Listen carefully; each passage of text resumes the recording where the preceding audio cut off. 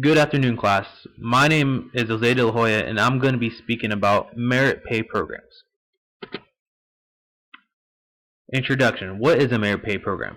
Merit pay program assumes that employees' compensation over time should be determined by differences in job performances. In other words, merit pay programs link performance appraisal ratings to annual pay increases. A way an employer could do this is having evaluations. For example, an employer could have monthly, 6-month, or yearly evaluations which have goals that employees can meet. Once the goals are met, employers, based on the performance, could get a pay increase. Who can participate? Currently, merit pay programs are one of the most commonly used compensation methods in the United States as of right now. A survey was taken in 2014 of World at Work. It revealed that 72% of companies indicated they are using a rating system with a performance score that is tied to pay increases. Merit pay programs often occur in private for-profit sectors of the economy rather than in public sectors. How can managers use merit pay programs? Supervisors periodically review individual employee performances to evaluate how each worker is accomplishing the assigned duties that relate to his job, and establishing standards and goals. As well, for merit pay programs to succeed, employees must know that their efforts in meeting production quotas or quality standards will lead to pay raises. Managers must also use realistic job goals that employers can meet and have the abilities and skills to meet. The next slide will be talking about how companies can use merit pay programs. First off, if a company does decide to use a merit pay program, they should make sure they have enough funds available.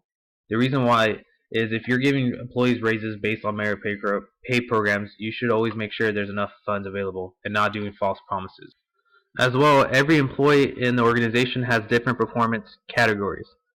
Organizations should provide guidelines regarding percentage of employees who fall in each performance category. For example, accountant won't be in the same category as an engineer. Companies as well should reward employees for hard work and not inflation. For example, when California wage was going up, many companies had to give out raises due to the inflation. The pay raise amount that is given to employees should be also meaningful. There is a concept that is used called just meaningful pay increases. This refers to the minimum basic increase that employees will see as a meaningful change in compensation. When companies are deciding what merit pay systems to use, make sure those goals are attainable and that the goals are attainable by the performance of each employee and not outside forces or internal forces that the employees do not have control over. Companies and organizations must make sure that the performance measures are attainable by these employees, that each employee can achieve these goals that the company gives them. Lastly, companies and organizations giving merit pay increases, this should motivate and reinforce the performance of the employees doing their work and achieving these goals. Next, we're going to see how merit pay programs can be used. The size and frequency of pay increases are determined by two factors: individual performance and performance standards. For individual performances, this could be quotas that the company gives employees. For example, if you're working for a box company, the employer could give you a quota of making 1,000 boxes per week, and if you surpass this quota, that's one of the performance measures that you could obtain. The second one is performance standards. As for performance standards, this could also be evaluations. A job can give you evaluations every month, as a probation period, or yearly. Currently in my job, we have yearly evaluations.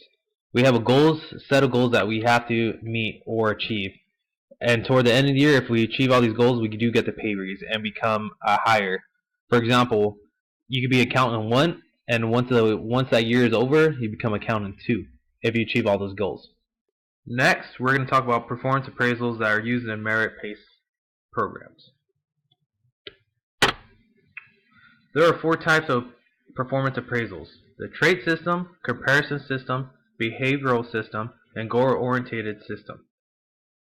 Starting with the first one, the trait system. Trait systems ask raters to evaluate the employee's traits or characteristics. It could be the quality of work, the appearance, the dependability of that person, how he works as a team, the judgment, the leadership responsibilities that person is in charge, and decision-making ability. Starting with trait systems. Trait systems have raters to evaluate each employee's traits or characteristics. Some of these characteristics or traits can include the quality of work the employee has, the appearance, the dependability of the employee, how the employee works in teams, how his judgment is, if he is put in a leadership role, how is he as a leader, the responsibility of the employee, and how that employee can make decision making. Trade systems are becoming very common in companies that focus on quality and interactions with customers. But trade systems do have a downfall. They are based on assumptions that every supervisor sees their employees or a given trait in the same way. Another downfall that trade systems have is that they rate individuals on personality factors than job performance factors. So, for example, how they work with others, the diligence of that person, the communication skills, the leadership, the decision making. Yes, these are all traits, but it's not how the job is performed by this employee. So the next type of performance appraisal is comparison system. Comparison system evaluates a given employee's performance against another employee. Employees are ranked from the best performance to the poorest performance. In other words, supervisors rank each employee based on performance categories, and the best performance receives the highest rank. An alternative approach to comparison system will be force distribution. What force distribution is, it assigns employees to groups that represent their entire range of performance. Usually there'll be three groups. It'll be the best performers, the moderate performers, and the poor performer. Many companies do use a force distribution approach.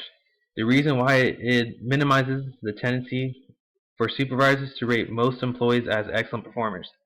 Sometimes supervisors will have everybody in the same category, and then you don't really get a good feel for these employees since they're all in the same category. As well, supervisors could have favorites and have self-promotion motives. They will want this person to promote over this person, even though they both perform the same quality. Some managers do not like using the force distribution.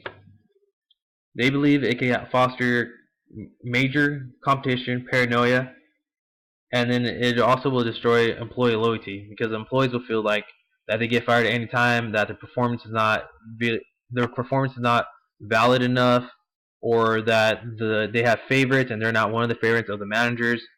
As well, if you're trying to promote teamwork, using the comparison system is not a good key to use teamwork because you want to perform better than the others. But if you have to work as a team, you're trying to outperform your team members. Lastly, a third technique that is used in comparison system can be paired comparison. Usually for this, supervisors compare each employee to every other employee, and they find out which one's better in each pair. The next performance appraisal is behavioral systems. Behavioral systems rate employees onto the extent which they display successful job performance behaviors. They rate objectively job behaviors, and when correctly applied, these provide results that are relatively free of error and free of bias that managers or supervisors could have sometimes. And at the end of the rating period, the employee will write a report explaining how he or she progressed toward accomplishing the objectives. Then the supervisor will appraise the employee performance based on the success and accomplishment of the goals that were given. On the next slide, I'm going to be talking about advantage of merit pay programs. Some of the advantages of merit pay programs can be communication. This means that the employees will have more communication with each other as well as supervisors, talking about the goals they are trying to achieve, just more communication among themselves. Establish effective appraisals.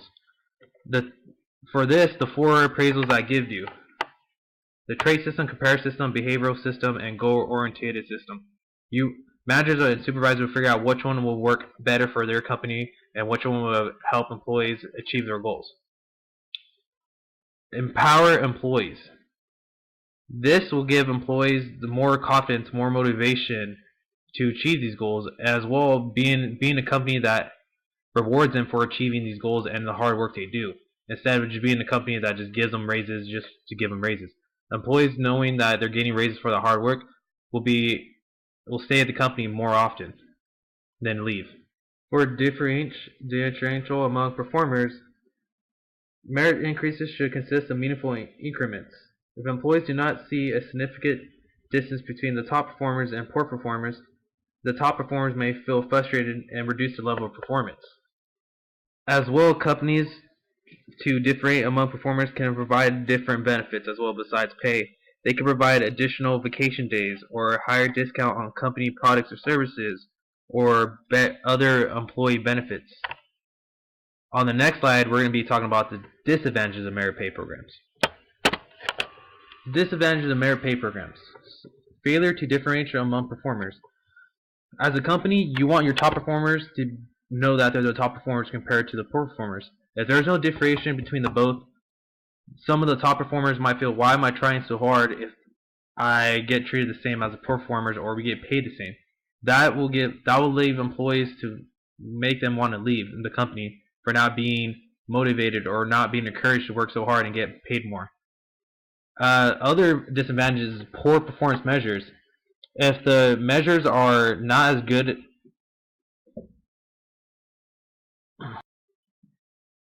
if it's not accurate and comprehensive, performers measures the capture or the entire scope of the employee's job and that are essential to succeed in merit pay programs. Other one could be supervisor bias. If the supervisor doesn't like an employee or favors other employees, they can help them achieve more or promote faster just due to their liking and disliking of employees. And lastly, the undesirable competition. If an employee feels that he's being compared to another employee, but he or she does not like competition, this could leave a bias for them. They'd be like, they won't like it, or they could leave the company due to being performed against someone else. The conclusion. I hope what me teaching about merit pay systems helps out, gives you a little better understanding of how the subject is. There's a lot more toward merit pay programs, but that's a general belief. Thank you for your time, and thank you for listening.